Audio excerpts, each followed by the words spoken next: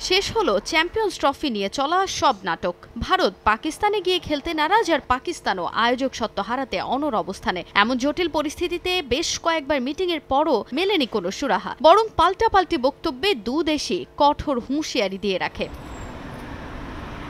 এবার অবসান হলো সব ধরনের জটিলতার। চ্যাম্পিয়ন্স ট্রফি মাঠে গড়াতে যাচ্ছে হাইব্রিড মডেলে, এমন খবর প্রকাশ করেছে দুদেশের বেশ কিছু গণমাধ্যম। সেক্ষেত্রে ভারতের ম্যাচগুলো আয়োজন করা হবে দুবাইয়ে। বিসিসিআই ও পিসিবি সমঝোতায় ভারতের শর্ত পূরণের পাশাপাশি পাকিস্তানের দাবিও মেনে নিয়েছে আইসিসি বলে খবর প্রকাশ করেছে গণমাধ্যম। ভারতে গিয়ে কোনো ম্যাচ না খেলার শর্তে আগামী 2026 টি-20 বিশ্বকাপ খেলতে ভারতে যাবে না পাকিস্তান ক্রিকেট দল। লিগ পর্যায়ে নিজেদের ম্যাচগুলো মেন ইন গ্রিন খেলবে শ্রীলঙ্কার কলম্বোতে। আগামী 2027 পর্যন্ত পাকিস্তানের ভারতে গিয়ে খেলতে না চাওয়ার দাবি মেনে নিয়েছে ক্রিকেটের সর্বোচ্চ নিয়ন্ত্রক সংস্থা।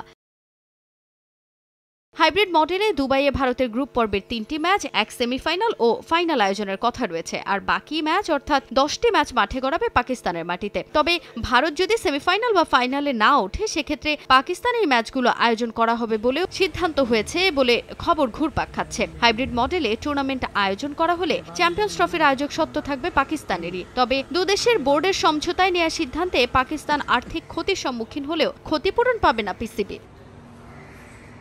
চ্যাম্পিয়ন্স ট্রফি নিয়ে হাইব্রিড মডেলের পথে হাঁটলেও আগামী বছরের নারী বিশ্বকাপে ভারতে যেতে কোনো সমস্যা নেই পাকিস্তানের। আইসিসিকে বিষয়টি নিয়ে আশ্বস্ত করেছে পিসিবি। এদিকে সফলভাবে চ্যাম্পিয়ন্স ট্রফি আয়োজন করতে পারলে পাকিস্তানকে 2027-এর পর একটি নারী আইসিসি ইভেন্ট আয়োজনের সুযোগ দেয়া হবে বলেও নিশ্চিত করেছে ক্রিকেটের নিয়ন্ত্রক সংস্থা।